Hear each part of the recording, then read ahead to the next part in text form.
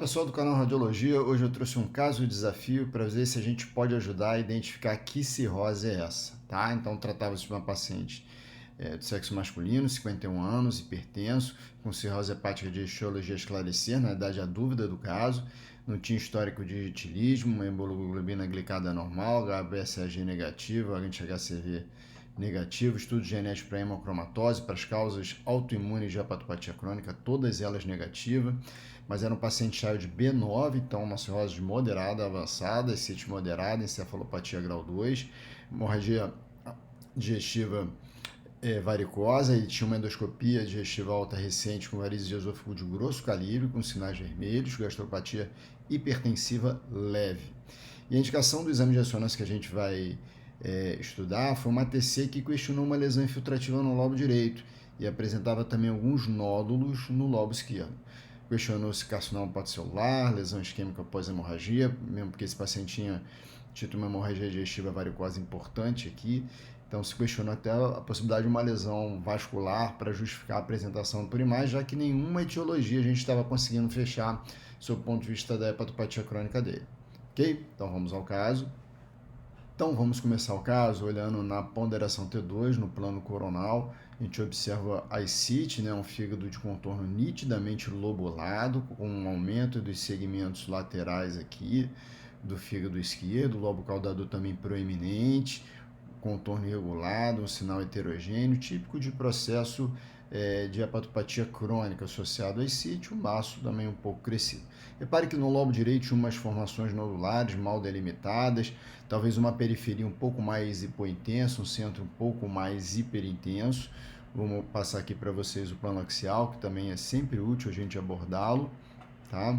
Então, no plano axial, a gente avaliava o parênquima hepático com um sinal um pouco heterogêneo, as formações nodulares que eu passei para vocês mais no lobo direito, mas também com uns nódulos um pouco maiores, uma hipertrofia meio macronodular aqui no fígado esquerdo e no lobo caudado, tá?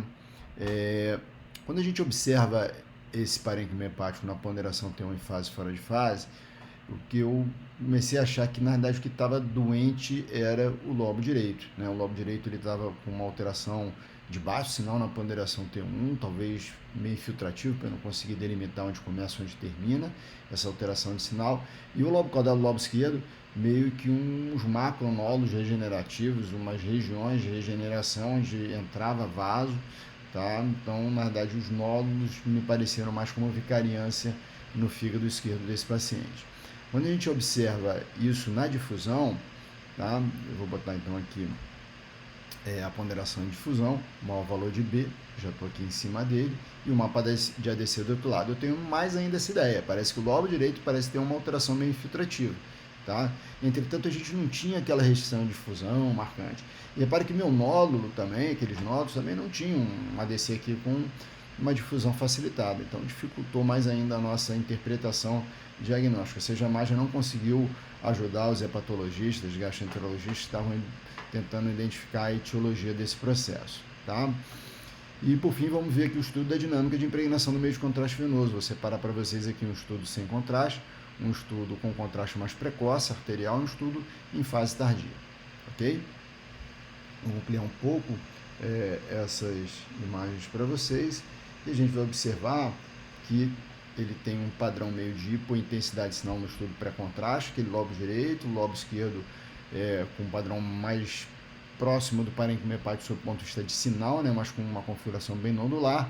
Esse lobo direito tem uma impregnação heterogênea, alguns focos de hipervascularização, mas acho que o que predomina é a hipovascularização, e essas áreas continuam relativamente hipovasculares na fase tardia, ou seja, não há retenção no meio de contraste em fase tardia, tá? Então também o estudo dinâmico acabou não me auxiliando aqui, não consegui ter nenhum diagnóstico de carcinoma hepatocelular, que poderia ser uma preocupação aqui para o colega. Entretanto, eu não consegui também orientar a etiologia desse processo e até achei, mas não tive muita certeza, que estava mais doente era esse lobo direito e o lobo esquerdo era mais uma vicariância junto com o lobo caudado, tá? Então vamos voltar ao caso. Esse paciente foi uma biópsia, e aí vai o patologista e coloca aquelas várias descrições intermináveis que a gente não consegue entender e saber que que tem para a gente extrair dessa informação? Mas o diagnóstico final desse paciente foi um hemangiotelioma epitelioide, tá? Esse paciente foi a transplante hepático e o diagnóstico do transplante hepático confirmou a hepatopatia crônica e o padrão de hemangiotelioma epitelioide.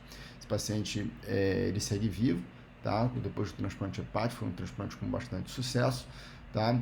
E aqui está o resultado da patologia do transplante, demonstrando exatamente naquelas áreas, quando a gente caracterizou que estavam mais com padrão infiltrativo, né? Principalmente ao lobo direito, aqui ó, 5, 6, 7, 8, infiltrando um pouquinho o segmento 4, um padrão bem típico de hemangiotelioma epitelioide, sob o ponto de vista de patologia.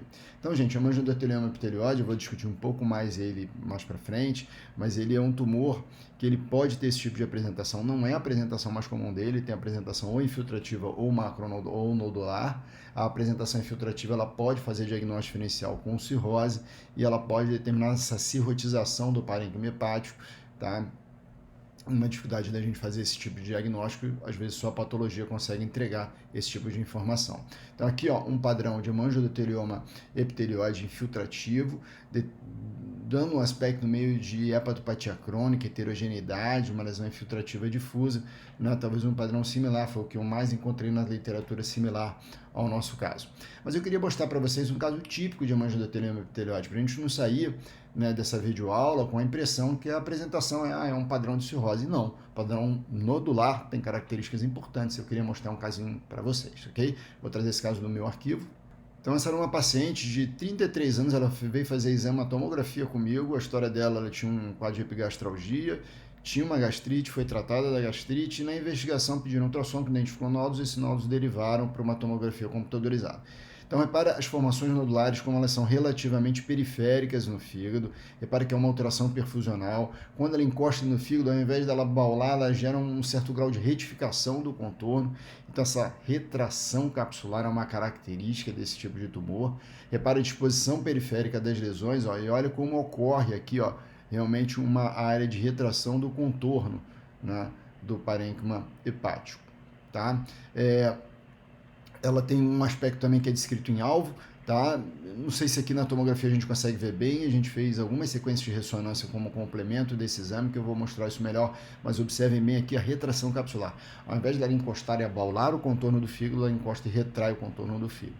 Então essa combinação, distribuição periférica, né, padrão de retração capsular, padrão em alvo, né, num aspecto de lesões sólidas, predominantemente por vasculares, que pode ou não ter aí alteração perfusional, a gente tem que levantar a possibilidade de hemangiotelioma epitelioide, ao menos como diagnóstico diferencial, ok?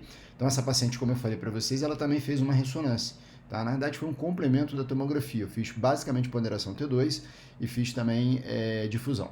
Então na ponderação T2, ó, esse talvez seja um padrão de alvo bem típico, né, que é descrito na literatura. Aqui uma retração capsular bem evidente também, ó, uma retração capsular bem evidente, outro padrão aqui, ó, de lesão com um aspecto em alvo, tá? Quando a gente observa essa lesão no plano axial, ó, uma área de retração do contorno, tá? E uma nítida distribuição periférica das lesões, algumas com um padrão bem típico de alvo, tá? Né? Essa daqui talvez seja melhor que exemplifique isso, né? Então, são camadas que você vê relacionadas de alternância de iso-hipossinal e hipersinal na ponderação T2. Ok? Esse paciente também foi feito uma sequência ponderada de difusão. Queria mostrar aqui, basicamente vamos mostrar essa sequência aqui, ó, da difusão que foi feita. Então a gente trabalhou com 3 valores de B, então é o B0, B100 e B800. Repare que na periferia das lesões eu mantenho hipersinal, tá? Então, ó, nitidamente na periferia, no maior valor de B, eu mantenho esse sinal.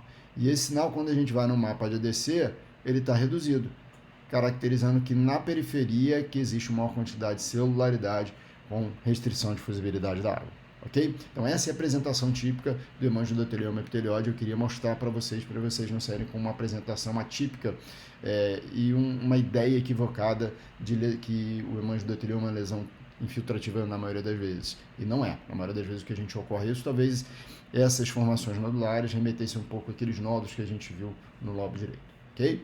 Vamos voltar ao caso. Então, para finalizar, gente, o hemangiotelioma é um tumor raro, a frequência dele não é muito frequente, ele é um tumor descrito relativamente recente, aí, ó, tem quase que 4 décadas, tá? Tem uma prevalência maior no sexo feminino. Sob o ponto de vista de apresentação por imagem, duas formas de apresentação, nodular e infiltrativa, vimos as duas.